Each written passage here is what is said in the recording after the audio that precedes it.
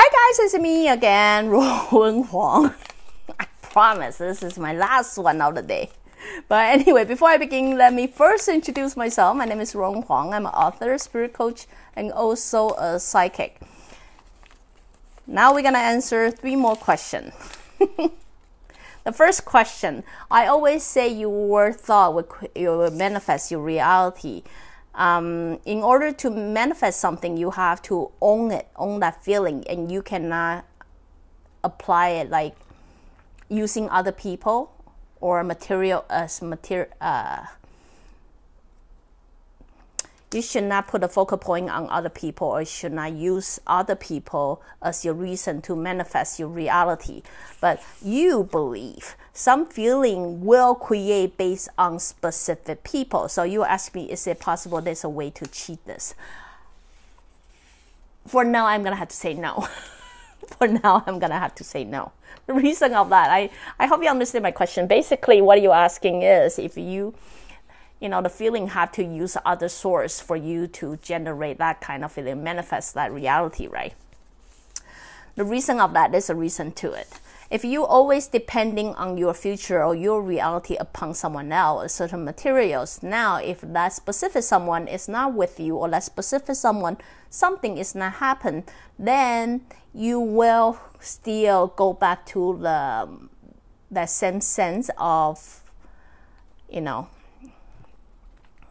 like deprived. Does that make sense? Whatever feeling you're being deprived, love deprived, money deprived, or whatever that is, right? So if you want to manifest your reality, of course, it seems easier to do it with someone else. But if you want to put your focal point or your center of your universe on someone else, that is, you literally giving out the control to someone else to decide how you're supposed to live your life. So in this very particular moment, you may have the illusion of believing, hey, I own it, I have it. But once that person, let's say it doesn't work out, very likely this whole illusion that you believe you own will crumble as well. So anyway, I hope that answered your question. If not, we're going to come back and talk more about it sometime. Okay? So somebody want to know how does tarot work in the perspective of the spirituality. It have people's thought and energy. Is it influence? I get it now. Sorry. My husband always seems very confused every time reading the question. The reason to it is, first, I'm translating, yes. Second, sometimes even the Chinese sounds very confusing itself. So you basically would like to know how does tarot card work. Is from what I observe, it's basically the result is depending on 2 individuals. Does that make sense? Like the message you got, the thought, the feeling, that how it works, what is meant to work, that why do you know is this card, not that card. It's when one is able to purify their energy and their thought, their personal thought, then they simply allow themselves as a tunnel or as a medium, and then they're able to see the message without objective mind. Does that make sense to you? Therefore, they're able to get the answer wherever their client want to hear.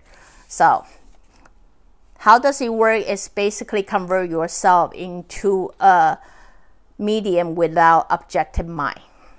So if you have a strong objective mind, the chance is it will also impact how you interpret the card or what kind of card you will receive. Hope that answered your question.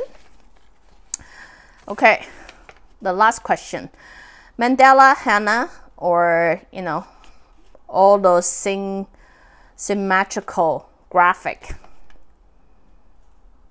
A lot of religion have this kind of things, and then a while back is also popular with this kind of painting. So people would like to know this kind of graphic, this kind of symmetrical, complicated graphic have anything to do with spirituality. I'm going to have to say, I don't know all the graphic, but I'm going to have to say the symmetrical one or the mandala.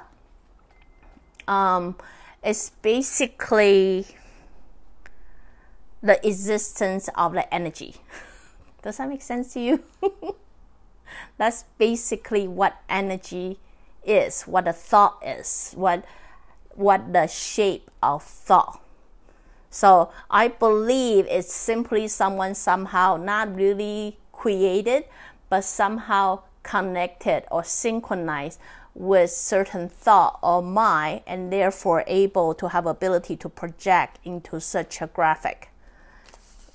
So hopefully I answer your question. If you're not really quite sure, I know it sounds kind of confusing, but basically what I'm trying to say is, if you want to know what the energy of conscious energy look like, that's basically look very much like mandala or like henna, those kind of symmetrical graphic. And if that is not enough to explain it all, then spend some time to observe what the snowflake look like, or what the orb. When there's an orb, spend some time to look into orb. If you happen to have a very high resolution picture, look into it. You're able to see what I'm trying to say.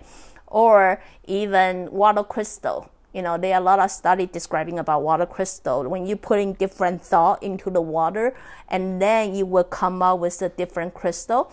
Try to pay attention to those crystals that actually got put into good thought, good mind, and good message. Then you'll realize the graphic under the microscope is very similar to those mandala or those henna graphic that you will try to ask me. So what do they mean is, it is basically the graphic of what a complete or conscious energy is supposed to look like. Okay, so anyway, hope that answered your question. Again, if you like what I'm doing, you can always join me live on Facebook, or go to subscribe my YouTube channel or my website, ruowen.com. Till then, next time, bye.